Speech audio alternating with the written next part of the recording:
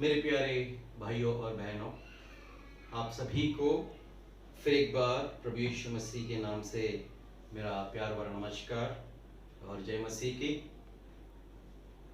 फिर एक बार इस तरह आपके सामने आने के लिए परमेश्वर ने मुझ दिन और अभागे को एक समय दिया है, ताकि कुछ सच्चाई को जो है आपके सामने मैं ला सकूं और इस तरह इस माध्यम से इस तरह सेवा करने के लिए परमेश्वर ने हमें चुना है। इसके लिए मैं परमेश्वर को कोटि कोटि धन्यवाद करता हूँ। आज हम इस माध्यम से प्रभु की सेवकाई को कहीं जिम्मेदारी निभाने वाले हमारे भाई बहनों को हम देखते हैं, जो कि आज हम एक सभा के माध्यम से जो है इकट्ठे नहीं हो सकते हैं, क्योंकि लॉकडाउन का समय है और पाबंदियां है।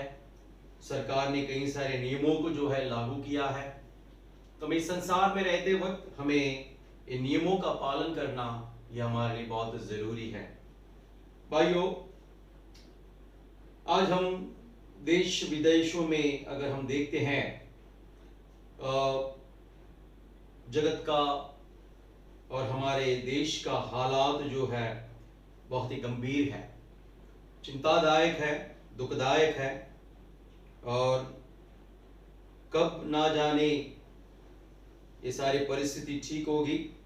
लेकिन एक जिम्मेदार मसीह के नाई हमें इन सारी परिस्थितियों के लिए हमें प्रार्थना में निरंतर याद करना है।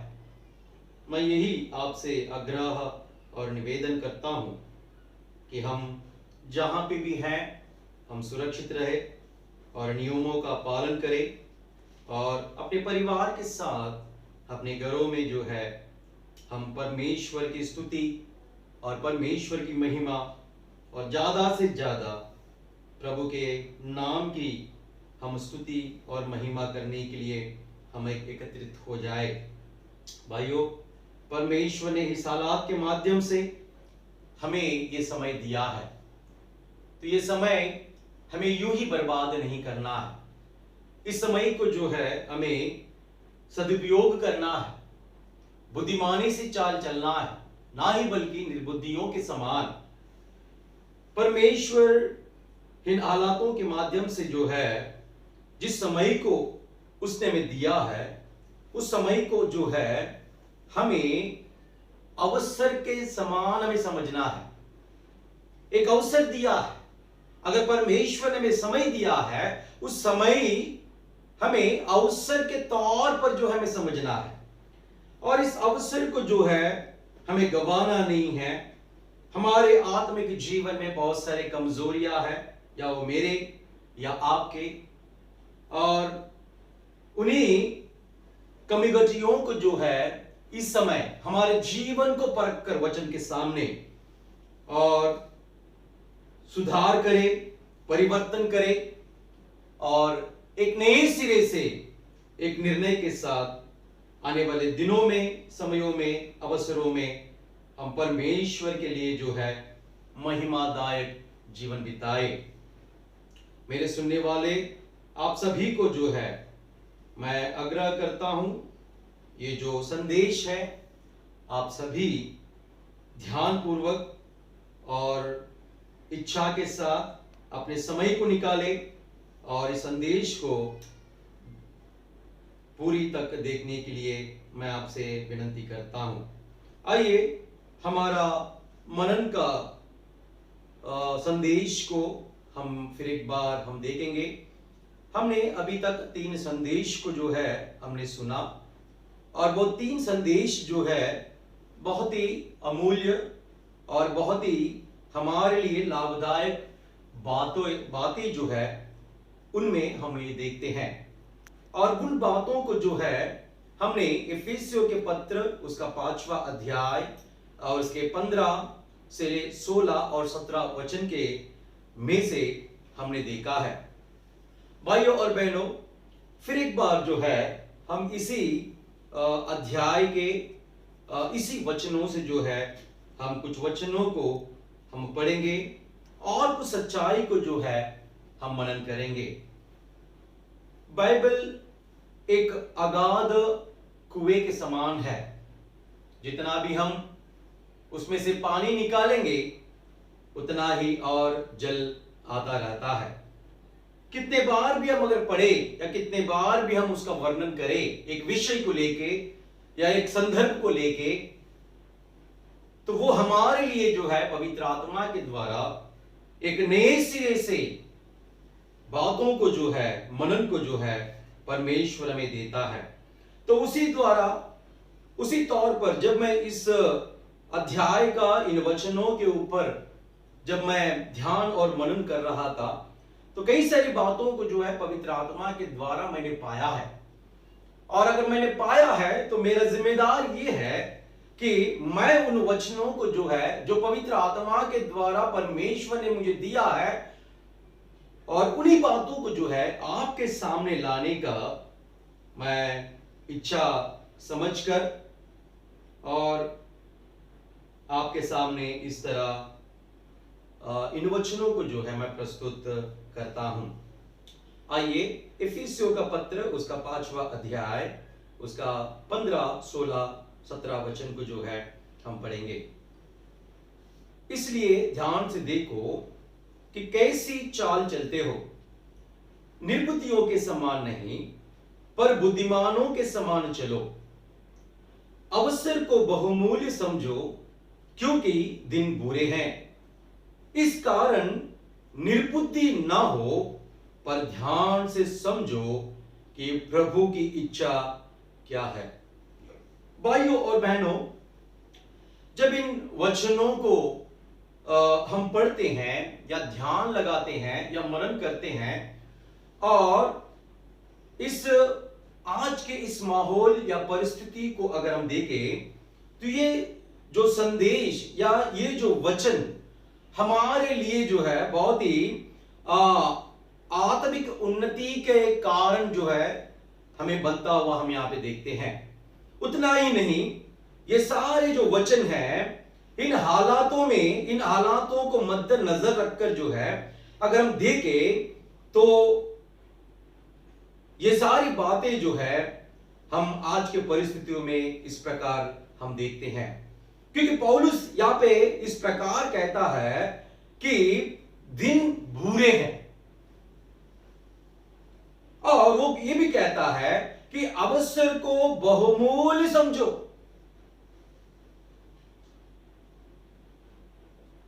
अवसर और दिन, है ना, दिन बुरे हैं।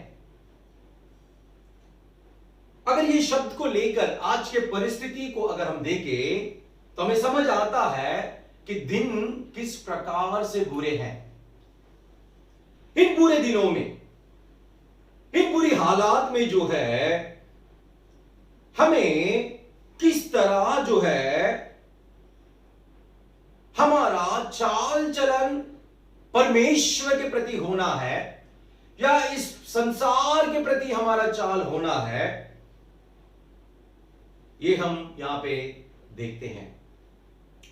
पौलुस जो है इस पत्र में इन बातों को लिखते वक्त उस समय के परिस्थिति को जो है वो मद्देनजर रखकर वो ये सारी बातें लिखता हुआ हम यहां पे देखते हैं।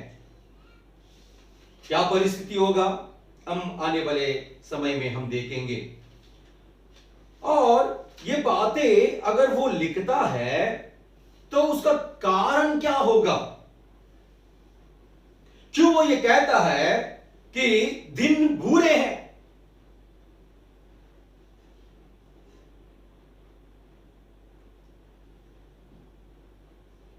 और वो ये भी कहता है तुम बुद्धिमानों से चाल चलो। बुरे दिनों में, बुरी हालातों में एक मसीह किस प्रकार बुद्धिमानों से चाल चलना है, पौलुस यहां पे उन्हें ये चेतावनी देकर सावधान से देखो ये कहता है। मतलब ये कि हमारा जीवन किस प्रकार है, या हमारी व्यवहारिका किस प्रकार है, या हमारा चाल चलन किस प्रकार है। इन बुरे दिनों में, विशेष तौर पर इन बुरे दिनों में हम कहते हैं कि प्रभु का आने का समय जो है निकट है, और इस प्रकार के चिन्ह जो है हमें देखने मिलता है, हम देख भी रहे हैं। तो खासकर पौलुस की यह बात कहने के पीछे का मकसद क्या होगा, वो क्यों कहता है कि तुम्हारे चाल चलन को परखो, वो ये क्यों कहता है कि तुम्हारे चाल को देखो, वो क्यों कहता है कि ध्यान से समझो। ध्यान, भाइयों और बहनों, बाहरी चीजों के ऊपर हमारा ध्यान स्थिर रहता है, हमारे मन को जो है उसके ऊपर से हटने हम नहीं देते हैं, क्योंकि हम संसार में हैं, हम शरीर में हैं, और शरीर की अभिलाषाएं हैं, शरीर की जरूरतें हैं, जो कि संसार से ही हमें मिलता है।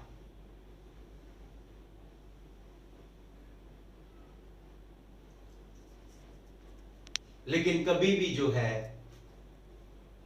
हम आत्मिक जीवन के ऊपर जो है कभी भी हम हमारा ध्यान नहीं लगा पाते हैं, क्योंकि हमारे पास समय होकर भी जो है, समय हम पाकर भी जो है, हम हमारे समय को इसी तरह बर्बाद कर देते हैं। लेकिन उस समय हमारे पास समय होते हुए भी जो है हम हमारे मसीही चाल किस प्रकार चलते हैं, या हम किस प्रकार इस संसार में जीवन बिताते हैं, हम कभी भी ध्यान नहीं लगाते हैं। हमारा ध्यान केवल हमारी वो सारी चीजों के ऊपर होता है, संसार के ऊपर होता है, संसार की वस्तुओं के ऊपर होता है। लेकिन कभी भी हम ये सोचते नहीं हैं कि हमारा मसीही जीवन या हमारा मसीही चाल चलन किस प्रकार हम चलते हैं। पौलुस उस समय के परिस्थितियों को ध्यान लगाकर वो इन बातों को जो है लिखता हुआ हम यहां पे देखते हैं।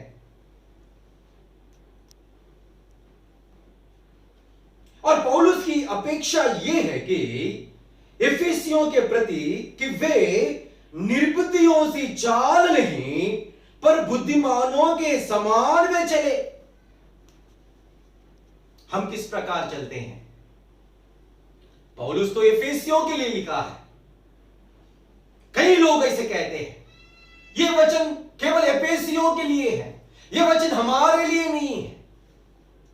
भाइयों और बहनों, यह वचन हमारे लिए भी लागू होता है, यह वचन हमारे लिए भी लागू होता है। यह वचन हमें भी अनुकरण करना यह जरूरी और आवश्यकता है, क्योंकि हम संसार में हैं, हम संसार में हैं। किस प्रकार हमें बुद्धिमानों की चाल चलना है वो ये यहां बतलाता हुआ हम यहां पे देखते हैं। यहां पर हमें दो प्रकार के लोगों को और उनकी चाल चलन को जो है हम देखते हैं। समाज में, कलीसिया में आज ऐसे लोग पाए जाते हैं जो कि कुछ लोग ऐसे हैं जो निर्बुद्धियों के समान चाल चलते हैं, और कुछ लोग ऐसे हैं बुद्धिमानों सी चाल चलते हैं।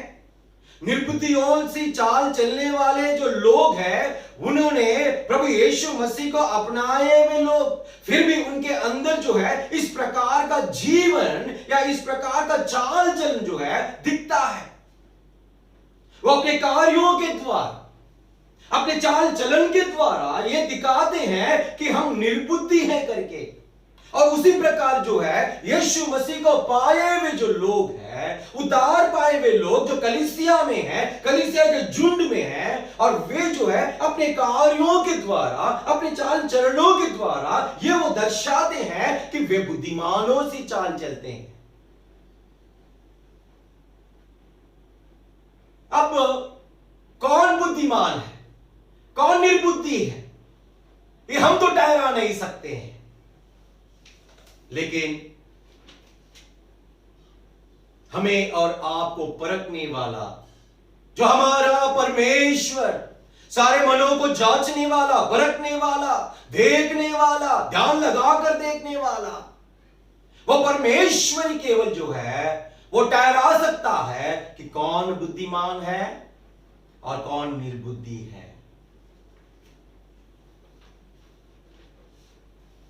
भाइयों और बहनों, यहां पे दो प्रकार के लोगों को और दो प्रकार के चाल को जो है यहां पे हम देखते हैं। निर्बुद्धि जो शब्द है, उस शब्द में एक प्रकार का चाल को हम देखते हैं। जब हम इस एफिसियों के पत्र को पहले अध्याय से अगर 6 अध्याय तक अगर ध्यान पूर्वक अगर मन लगाकर पढ़े, उनमें से कई सारी बातें जो है हमें देखने मिलता है। जैसे कि पहले अध्याय, दूसरे अध्याय नहीं, तीसरे अध्याय नहीं, चौथे अध्याय से अगर हम पढ़े 6वें अध्याय तक, किस तरह अन्य जातियों का चाल है और किस तरह मसीह को पाकर चलने वाले लोगों की चाल है।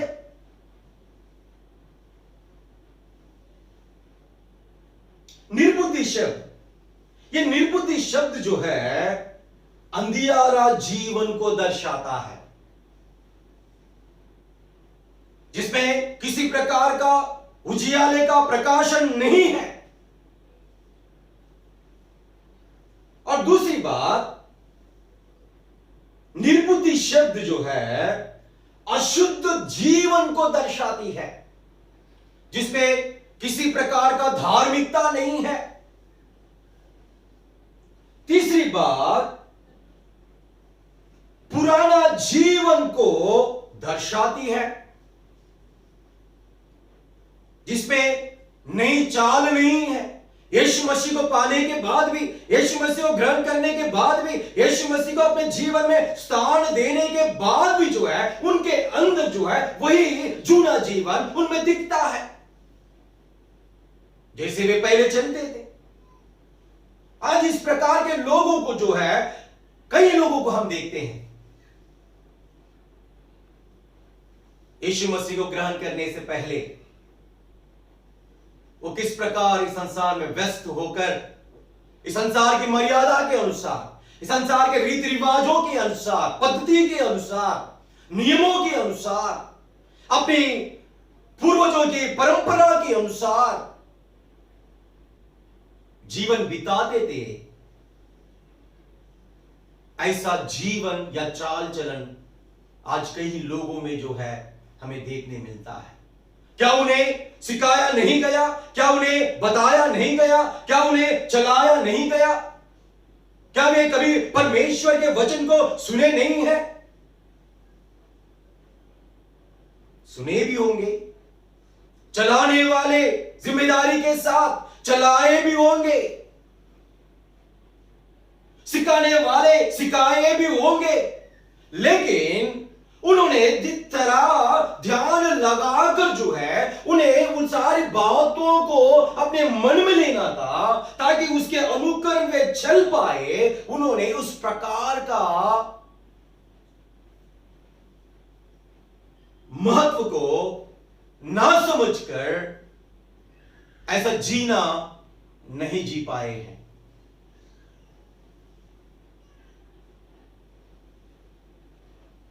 चौथी बात, निर्बुद्धि शब्द परमेश्वर को ना अनुकरण करने वाले जीवन को दर्शाती है। अगर परमेश्वर ने हमें चुना है, अगर परमेश्वर ने हमें पवित्र किया है, अगर परमेश्वर ने एक झुंड में या कलीसिया में हमें शामिल किया है, अगर परमेश्वर ने उन अन्य जातियों से, जगत से, जगत के हकीमों से, अंधकार से अगर हमें छुटकारा देकर एक अलगपन जीवन अगर उसने दिया है जो यीशु मसीह में है, उन लोगों में परमेश्वर को अनुकरण करने वाला जीवन उनमें दिखना चाहिए। लेकिन निर्बुद्धि शब्द जो है परमेश्वर को न अनुकरण करने वालों का जीवन को दर्शाता हुआ हम यहां पे देखते हैं। पहली बात, निर्बुद्धि शब्द अंधियारा जीवन को दर्शाती है। दूसरी बात, निर्बुद्धि शब्द अशुद्ध जीवन को दर्शाती है। तीसरी बात, निर्बुद्धि शब्द पुराने जीवन को दर्शाती है।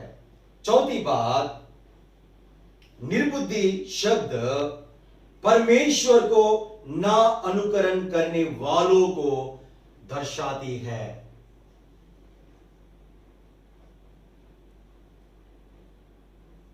अगर उसी प्रकार से अगर हम बुद्धिमान शब्द को अगर देखें तो इसके विरोध में होता है।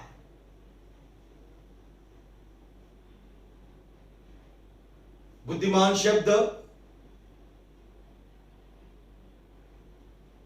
ज्योति को और ज्योति के संतान के चाल को दर्शाता है। दूसरी बात,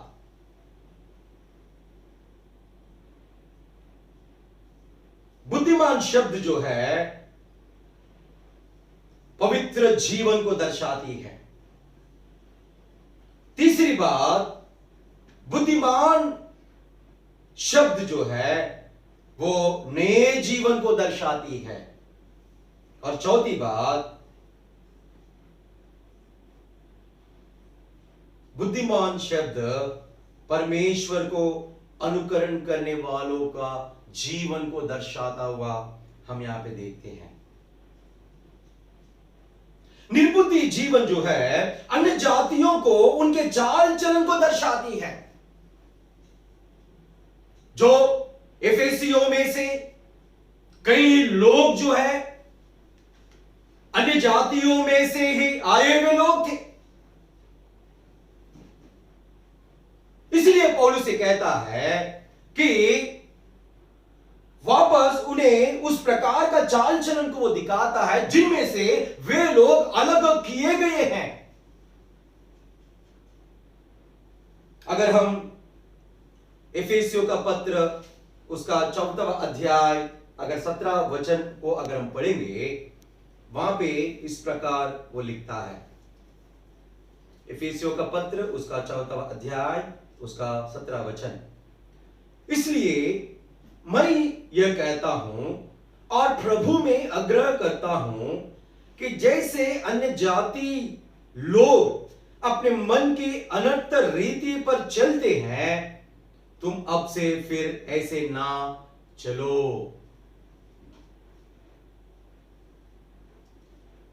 एक समय एफेसी की कलीसिया के लोगों में से कई लोग अन्य जातियों में से आए हुए लोग थे।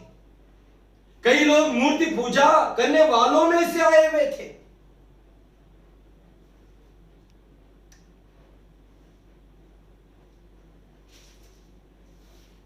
लेकिन अब पौलुस इस पत्र के द्वारा उन्हें यह बतलाता है कि उन्हें दिखाकर यह बतलाता है।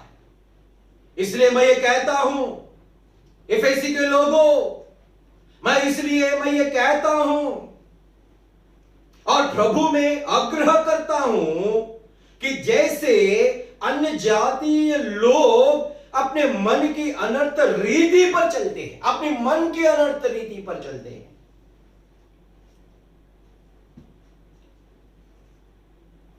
तुम अब से फिर ऐसे ना चलो।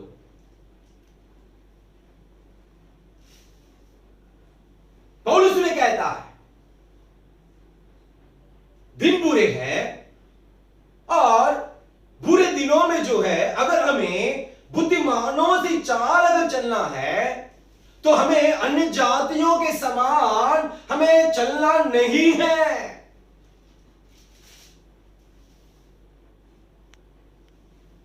जो संसार की अभिलाषाओं के अनुसार जीवन बिताते हैं। भाइयों और बहनों,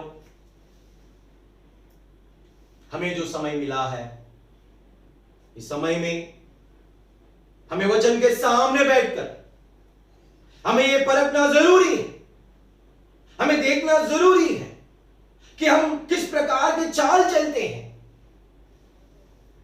क्या अन्य जातियों की चाल हमें है? वो रीति रिवाज, वो परंपरा, वो मर्यादा, हमें ऐसे नहीं चलना है। वो आगे को ऐसा भी कहता है कि इस प्रकार पहले तुम चलते भी थे करके लिखता है।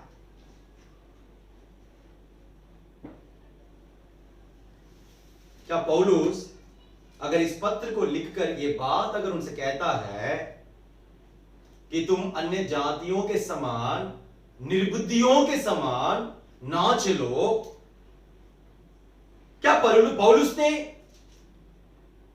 उनको इस प्रकार की शिक्षा दी है?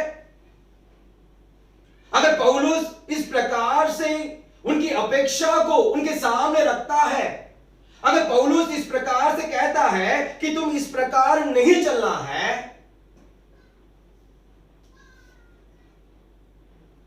तो पौलुस उनको इस प्रकार का शिक्षा भी उसने दिया है कि मसीह में किस प्रकार हम चलना है। जब पौलुस का दूसरा और तीसरा प्रचार सफर के दौरे में पौलुस जो है वहां पर उनके पास आत्मा की अगुवाई के द्वारा जाकर परमेश्वर के अभिप्राय एफएसी के लोगों के प्रति क्या है, परमेश्वर की इच्छा, परमेश्वर का जो संकल्प एफएसियों के प्रति किस प्रकार है, वो जाकर जो है उनको सुसमाचार के द्वारा उन्हें बतलाता हुआ हम यहां पे देखते हैं। भाइयों और बहनों, ये बात अगर वो लिखता है पहले से ही, जब वो उनके पास गया था, उनके पास जाकर जो है लगभग 3 साल जो है उनके साथ वक्त बिताया हुआ हम यहां पे देखते हैं। क्यों पौलुस ऐसा कहता है कि तुम अन्य जातियों के समान इस प्रकार नहीं चलो, दिन बुरे हैं, प्रभु यीशु मसीह का समय निकट है, प्रभु यीशु मसीह जो है आने वाला है। पौलुस ने उन्हें पहले ही जो है प्रभु यीशु मसीह का सुसमाचार को ले जाकर जो है उद्धार का सुसमाचार बताया, उन्हें किस तरह मन को फिराना है वो बताया, किस तरह प्रभु यीशु मसीह को ग्रहण करना है वो उसने बताया। यीशु ही उद्धार करता है, उसके ऊपर अगर विश्वास करोगे तो आपको उद्धार मिलेगा। वो जीवन का दाता है, उसमें जीवन है, और पापों को क्षमा करने वाला और नया जीवन देने वाला वही है। पापों को क्षमा करने का अधिकार केवल उसी के पास है। मन फिराओ, पश्चाताप करो, ये सुसमाचार जो है उसने दिया हुआ हम यहां पे देखते हैं। जब हम प्रेरितों के कार्य उसका 19वां अध्याय 10 वचन को अगर हम देखते हैं, 2 वर्ष तक जो है वो तुरन्नु नाम का एक पाठशाला में रहकर, जो कि आसिया में है, और वहां पर रहकर जो है आसिया के रहने वालों, क्या यहूदी क्या यूनानी, सब ने प्रभु यीशु मसीह का वचन सुन लिया। हम यहां पे देखते हैं ये सारी बातें लिखित नहीं है। जब वो उस समय वहां पे 2-3 साल वक्त बिताकर उन्हें जो बताया है, लेकिन शब्दों के द्वारा, मुंह के द्वारा उन्हें बतलाया भी और उन्हें सिखाया भी। हम यहां पे देखते हैं उन्हें सिखाया गया। क्या सिखाया उसने? हम देखिए, एक बार हम प्रेरितों के कार्य को देखेंगे। प्रेरितों का कार्य उसका 20वां अध्याय,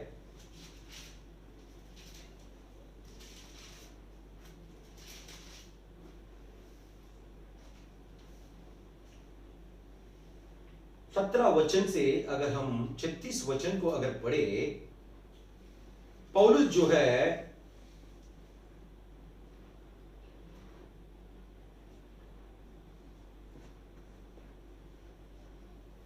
एफेसी के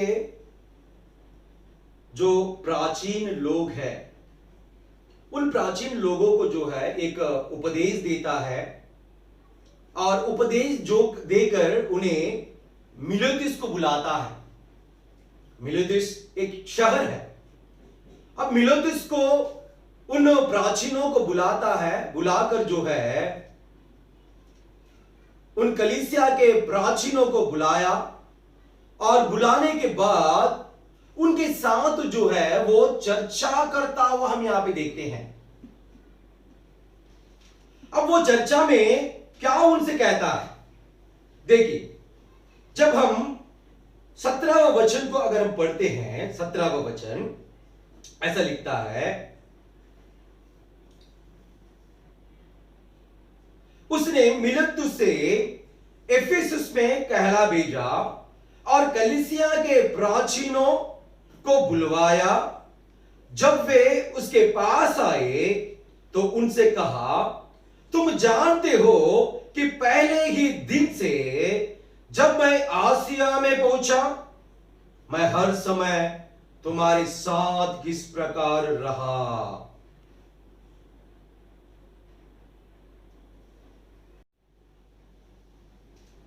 और वो नीचे ऐसा लिखता है, अर्थात बड़ी दीनता से और आंसू बहा बहा कर और उन परीक्षाओं में जो यहूदियों के षड्यंत्र के कारण मुझ पर आ पड़ी, मैं प्रभु की सेवा करता ही रहा। प्रभु की सेवा किसके लिए वो करता रहा? एफेसियों के लिए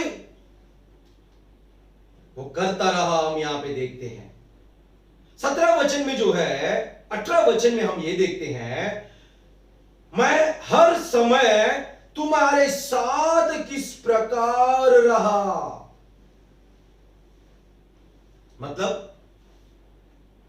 पौलुस अगर इस प्रकार की अपेक्षा उनके लिए या उनके करता है, तो वो क्यों करता है? क्योंकि उसने पहले ही उन्हें सारी बातें उन्हें सिखाया हुआ हम यहां पे देखते हैं। सीखे हुए लोग हैं वे,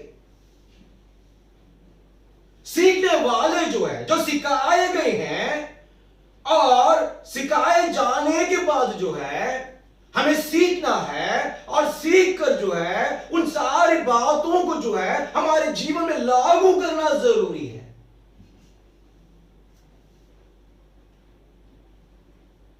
किस प्रकार उसने जीवन बिताया, वो उनके साथ रहकर जो है वो बतलाता हुआ हम यहां पे देखते हैं। केवल वचन के द्वारा या केवल शब्दों के द्वारा उसके जीवन को उसने बताया नहीं।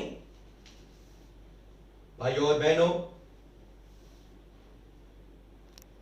उसने पहला किया और उसके बाद वचन को बताया, वह हम यहां पे देखते हैं।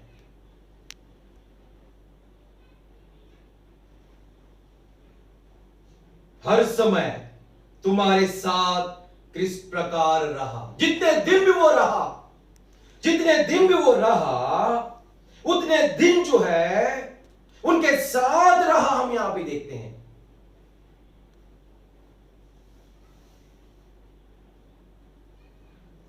किस तरह मसीह जीवन बिताना है, उन्हें वचन के द्वारा सिखाया और उस तरह रहकर भी उसने सिखाया, वह हम यहां पे देखते हैं। वो उनके साथ रहा, हम यहां पे देखते हैं। अगर वो उनके साथ रहा तो ये जरूर हमें मानने योग्य है कि उसने कितने सारे बातों को जो है, वचनों को जो है परमेश्वर की ओर से पाकर उन्हें सिखाया होगा। एक मसीही जीवन किस प्रकार इस संसार में हमें जीना है, एक अलगपन जीवन।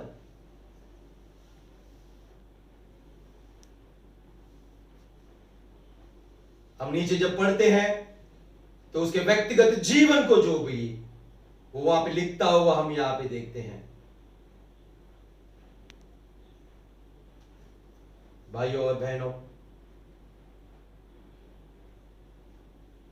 पौलुस उनके साथ रहा, हम यहां पे देखते हैं। अगर इन बातों को अगर हम हमारे ऊपर ले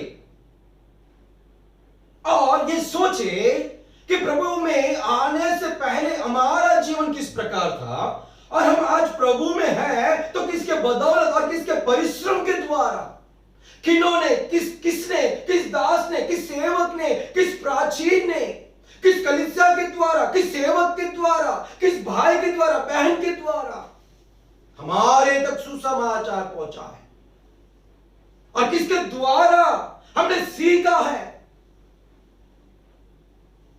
सोचो कितना परिश्रम हमारे प्रति हमारे पूर्वजों ने, हमारे प्राचीनों ने नहीं उठाया होगा। वो लिखता है यहां पे, बड़ी दीनता से आंसू बहा बहा कर उनकी अपेक्षा ये है कि परमेश्वर का जो इच्छा है वो उनके जीवन में पूरी हो जाए। और परमेश्वर का अभिप्राय जो है, जितना उतने आत्मा के द्वारा पाया है, उस अभिप्राय को जो है उनको पूरी तरह से बिना झिझके उन्हें बता दे। पौलुस उन्हें सिखाया, उनके साथ रहकर सिखाया। केवल पौलुस ने ही सिखाया है? नहीं भाइयों, वहां पे एफेसियों में जाने वाले कई लोग हैं। जब हम प्रेरितों के कार्य उसका 18वां अध्याय और 25 वचन को अगर हम पढ़ेंगे तो वहां पे जो है हमें पौलुस के जो साथीदार लोग, पौलुस के जो सहकर्मी एफेसी में कौन कौन गए हैं और कौन कौन लोग जो है इस एफेसी के लोगों को या कलीसियाओं को, जो आने वाले लोगों को, जो झुंड के समान इकट्ठे होने वालों को जो है कौन सिखाया है, उनका नाम जो है स्पष्ट तरह से यहां पे लिखा दिया गया है। केवल पौलुस ही ने,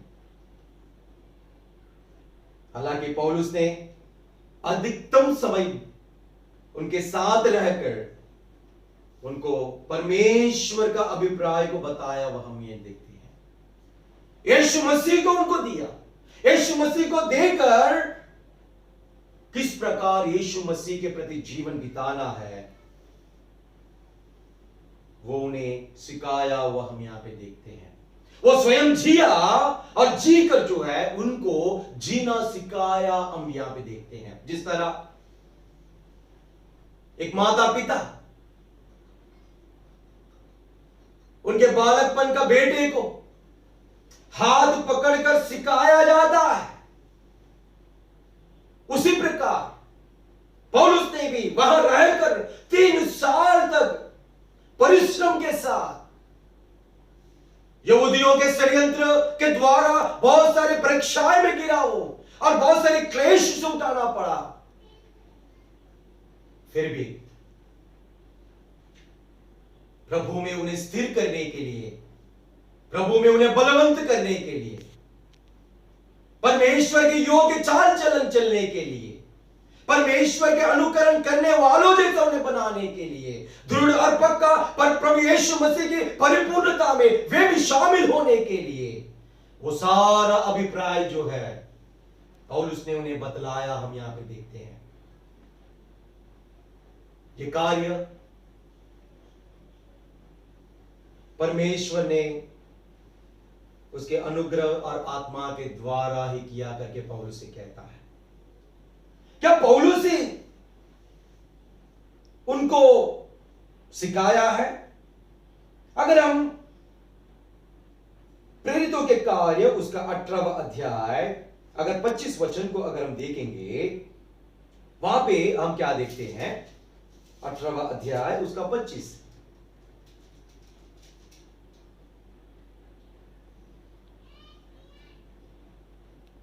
एफेसुस नगर में अपोलोस, यहां पे अपोलोस नाम का एक यहूदी को देखते हैं जिसका जन्म सिकंदरिया में हुआ था, जो विद्वान पुरुष था और पवित्र शास्त्र को अच्छी तरह से जानता था।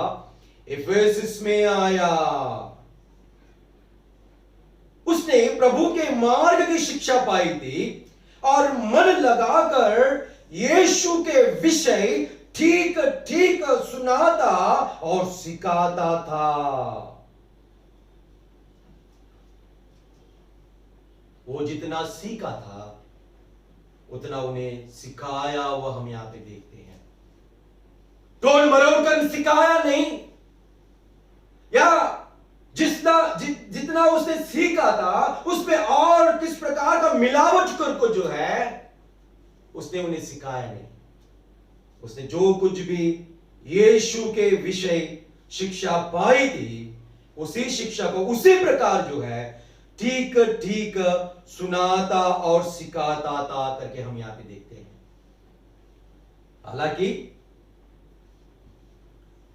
यूहन्ना बपतिस्मा देने वाले की बात जानता था केवल,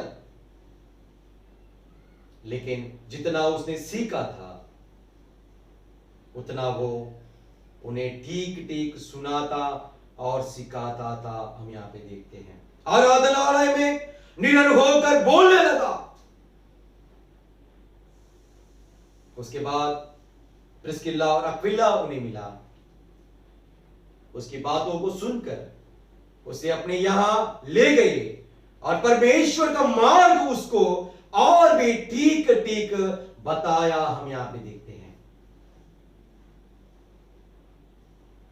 यानी पौलुस के साथ साथ जो है इफिसी में सेवकाई करने वालों की संख्या में, गणना में जो है एक व्यक्ति जुड़ता है अपोलोस नाम का। वह भी एफेसी के लोगों को जो है यीशु मसीह के मार्ग की शिक्षा पाकर उसने उन्हें ठीक ठीक सुनाता और सिखाया था। भाइयों और बहनों, इस अपोलोस के द्वारा हम मसीह लोगों को एक बात सीखने की जरूरी है। क्या है वो? हम जितना पाए हैं या जितना हमने सुना है या जितना हमने सीखा है या जितना हमने पाया है, हमें दूसरों को सिखाना चाहिए। इस विषय के लिए हमें शर्माना नहीं है, इस बात के लिए हमें झिझकना नहीं है। अपोलोस निडरता के साथ, धैर्य के साथ आराधनालय में जाकर वो बोलने लगा। ठीक ठीक सिखाता गया। जिस तरह एक बच्चे को जो है, बच्चों को एक टीचर या गुरु सिखाया जाता है, सिखाया करता है, उसी तरह वो सिखाया हुआ हम यहां पे देखते हैं। अच्छा, इसका मतलब ये है कि एफेसी के लोग जो है केवल पौलुस के द्वारा उपदेश पाए हैं, ऐसा नहीं है। यीशु मसीह के बारे में अगर उन्होंने कुछ सीखा है तो केवल पौलुस के द्वारा ही नहीं, अपोलोस के द्वारा भी जो है कई सारी बातों को ठीक ठीक वो सुने हुए हम यहां पे देखते हैं। केवल उतना ही नहीं,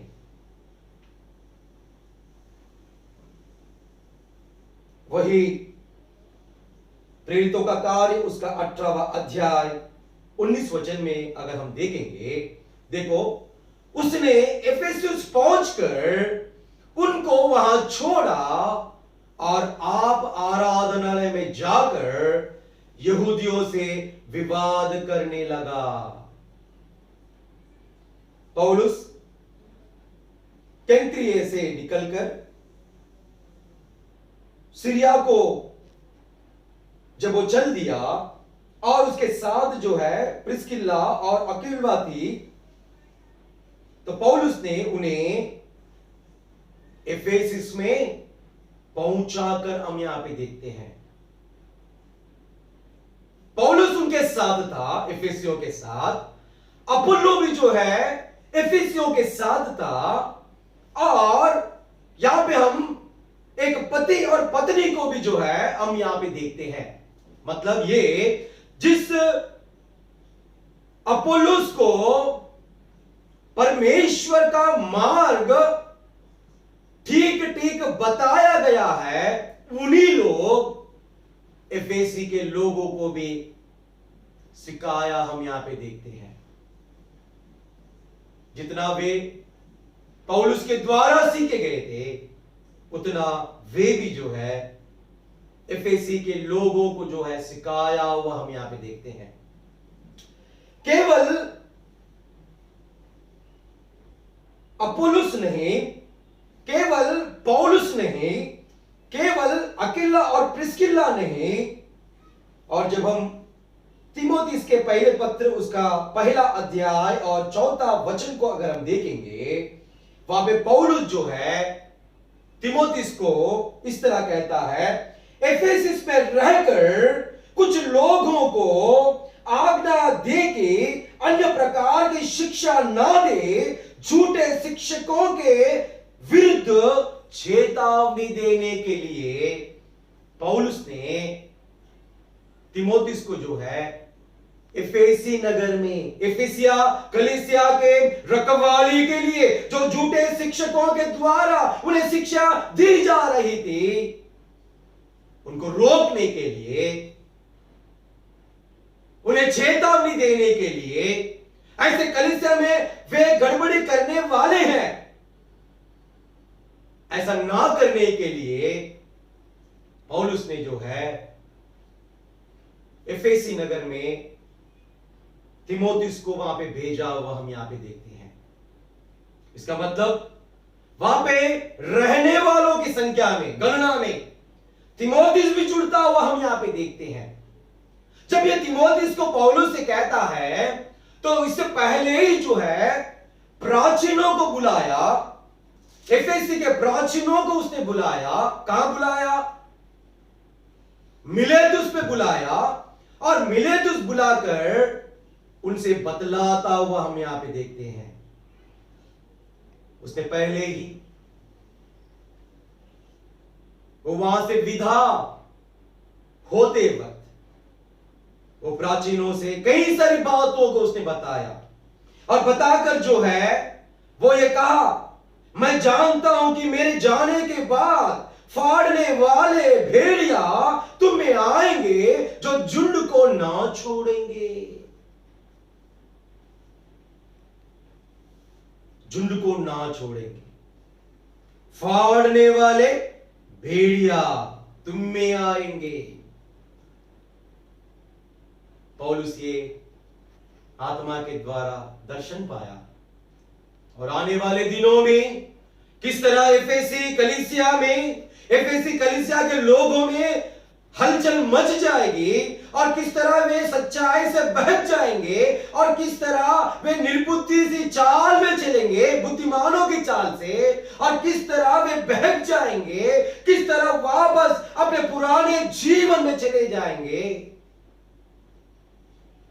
उन झूठे उपदेशकों के द्वारा, उन झूठे शिक्षकों के द्वारा जो फाड़ने वाले भेड़िया तुम में आएंगे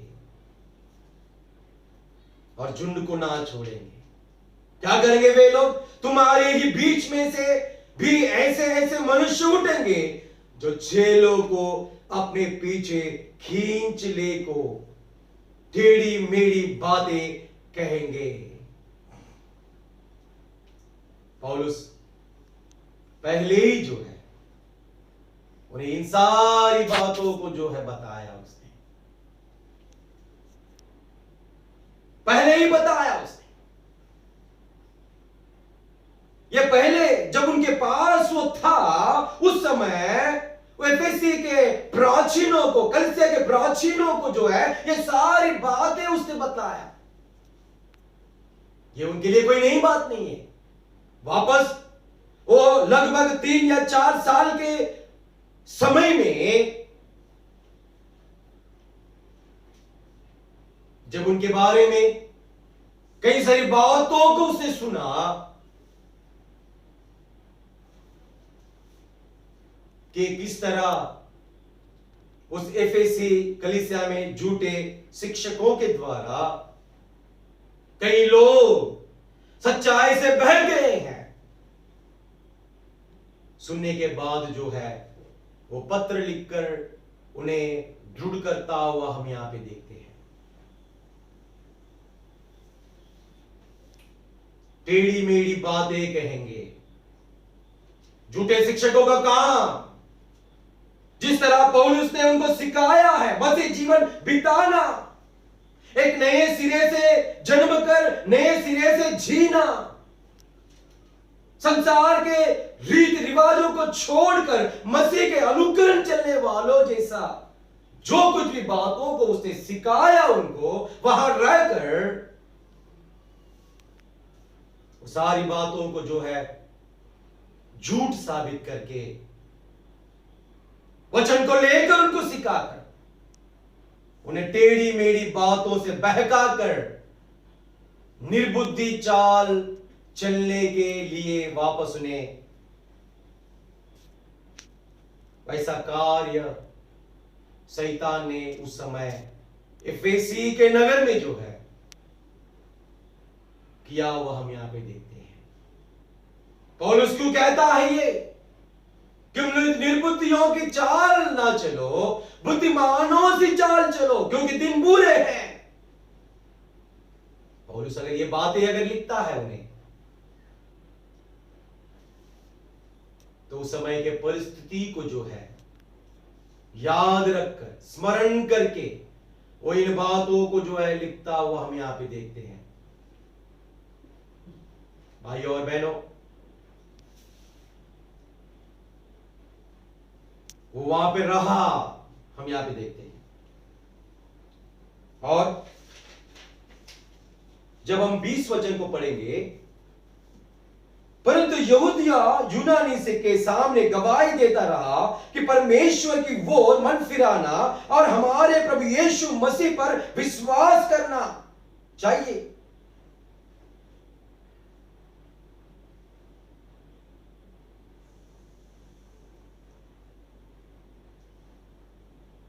वचन, और जो जो बातें तुम्हारे लाभ की थी उनको बताने और लोगों के सामने और घर घर सिखाने से कभी ना झिझका।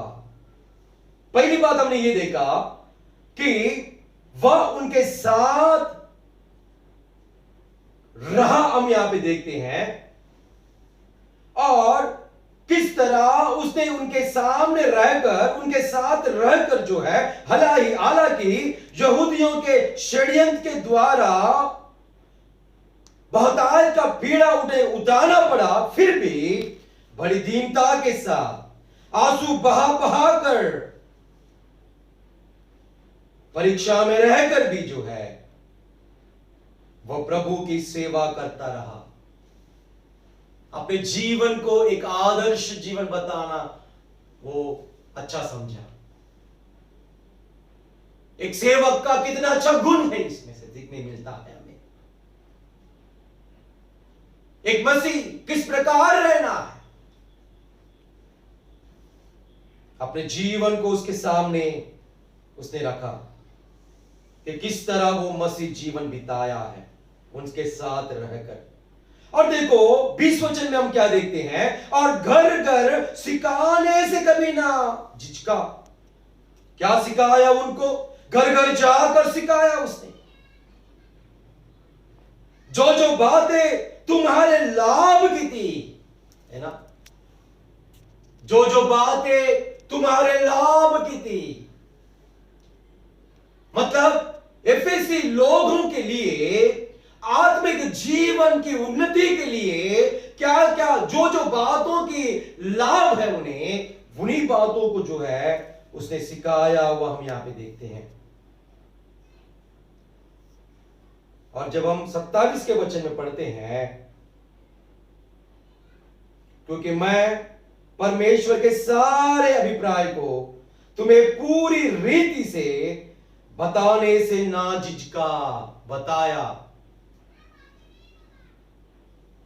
क्योंकि मैं परमेश्वर के सारे अभिप्राय को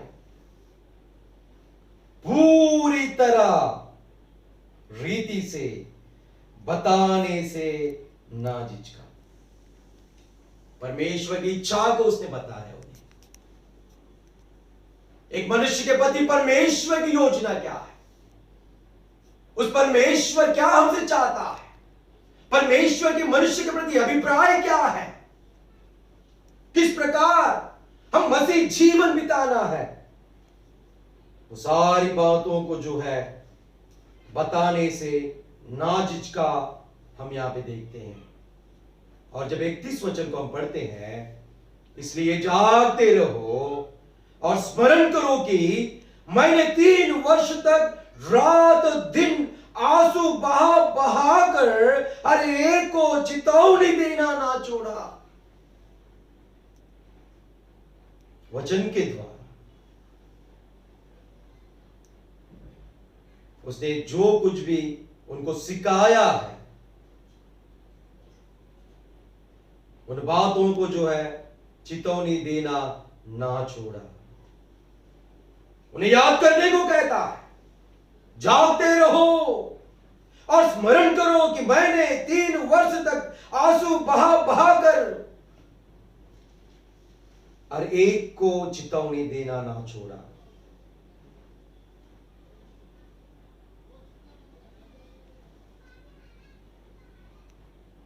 उसने जो कुछ भी उन्हें सिखाया, उसकी गंभीरता और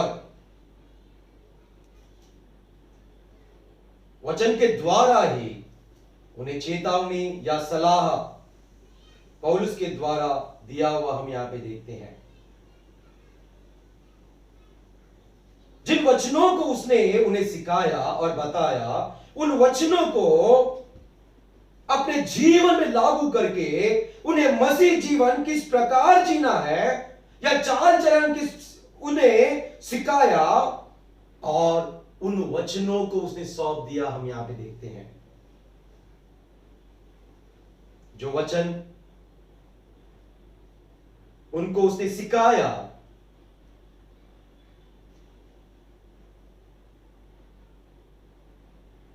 उस वचनों को पौलुस ने उनसे विदा होते वक्त जो है सौंप देता हूं करके कहता है। परमेश्वर को और उसके अनुग्रह वचन को सौंप देता हूं जो तुम्हारी उन्नति कर सकता है। भाइयों और बहनों, एक मसीह जीवन उन्नति का जीवन है। एक मसीह जीवन बढ़ोतरी होने वाला जीवन है।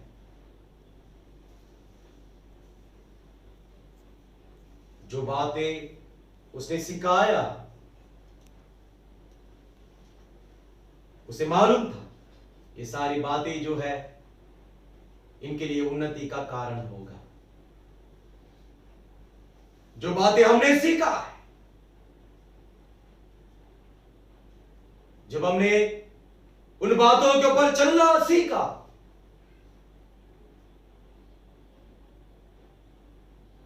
तब कितना हम उन्नति पाए हैं हमें देखने को मिलता है। भाइयों और बहनों, इस प्रकार से जो है उसने, और जब 35 वचन को हम पढ़ते हैं, मैंने तुम्हें सब कुछ करके दिखाया, इस रीति से परिश्रम करते हुए निर्बलों को संभालना और प्रभु यीशु के वचन स्मरण रखना अवश्य है। जो उसने आप ही कहा, लेने से देना धन्य होगा। मैंने तुम्हें सब कुछ करके दिखाया, कहता है वो। उनके साथ रहा, और किस तरह उसने उनके सामने रहकर, उनके साथ रहकर सेवा किया है।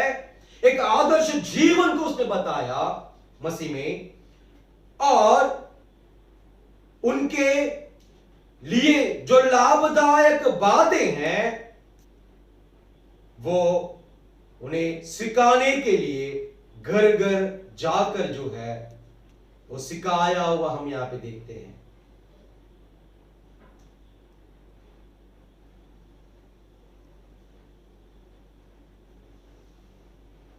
और 27 वचन को हम देख, 4-5 बातों को भाइयों यहां पे हम देखते हैं। एक, उसने किस प्रकार रहा और रहकर अपने जीवन को प्रकट किया। दूसरा, उसने सिखाया, कई सारी बातों को सिखाया जो उनके जीवन के लिए लाभदायक है। और तीसरी बात, परमेश्वर के सारे अभिप्राय को जो है तुम्हें पूरी रीति से बताने से ना झिझका। तीसरी बात। चौथी बात, हर एक को जो है वचन के द्वारा उसने चुनौती देना ना छोड़ा। और पांचवी बात, जब हम 35 वचन को देखते हैं, मैंने तुम्हें सब कुछ करके दिखाया।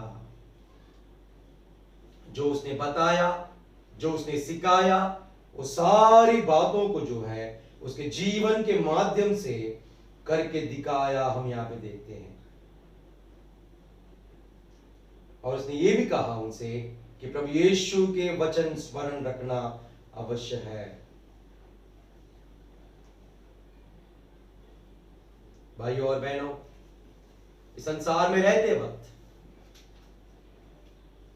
हमें कभी भी ये भूलना नहीं है कि अगर हम बुद्धिमानों सी चाल अगर चलना है, या प्रभु की महिमादायक अगर चाल इस संसार में, बुरे दिनों में अगर हमें चलना है, तो हमें यह भूलना जरूरी नहीं है, ना भूलना नहीं है कि हमने क्या सीखा है।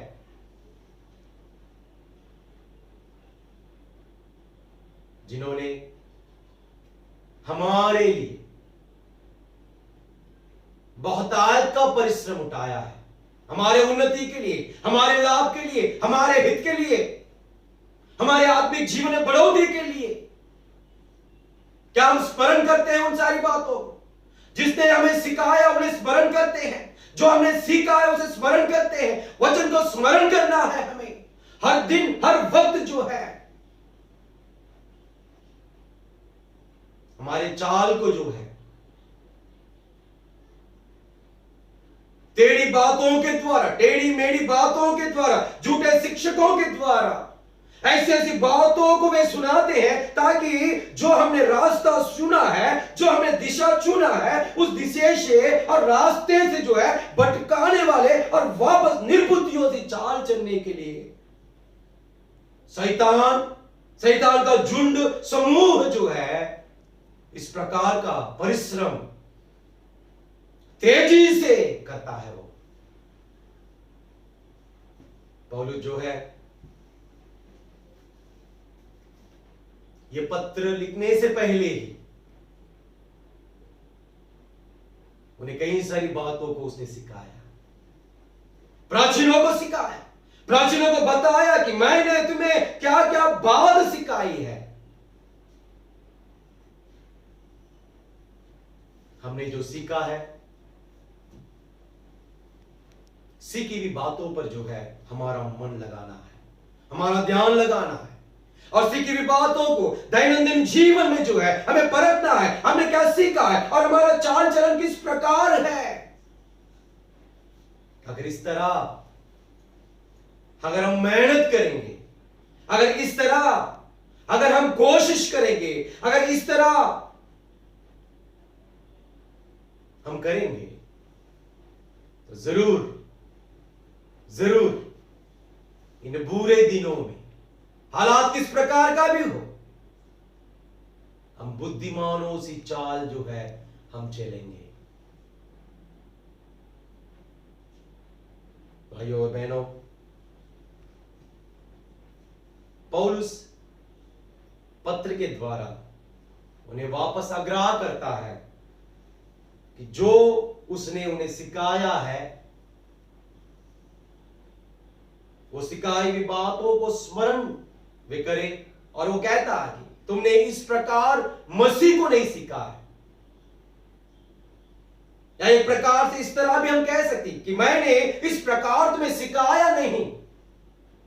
जिस तरह हम सिखाए गए हैं उसी तरह हमें जीवन बिताना, व्यतीत करना या चाल चलन रहना, ये हमारे लिए लाभदायक है, हमारा उन्नति का कारण होगा, हमारे बढ़ोतरी का कारण होगा और उसके द्वारा परमेश्वर का अभिप्राय जो है हमारे प्रति पूरा होता हुआ हम यहां पे देखते हैं। निर्बुद्धियों वाली चाल नहीं, बुद्धिमानों वाली चाल हमें चलना है। बुद्धिमानों वाली चाल वह है जो हमने सीखा है, उस प्रकार हमें चलते जाना है।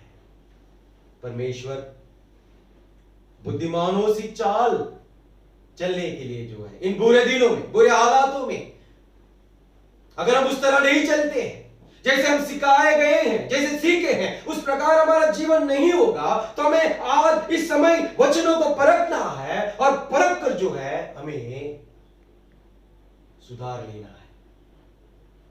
आज हमारे पास समय ही है भाइयों बहन, हमारे चाल चलन को ठीक करने का समय है, परखने का समय है, देखने का समय है, ध्यान लगाना है हमें इस समय। यूं ही हमारे समय को और अवसर को जो है गंवाना नहीं है। ऐसा होने के लिए परमेश्वर आपको और मुझे अपनी बहुतायत का अनुग्रह और आत्मा की अगुवाई प्रेरणा अधिक से अधिक देने के लिए परमेश्वर से मैं विनती करता हूं। परमेश्वर इस वचन को आशीषित करे।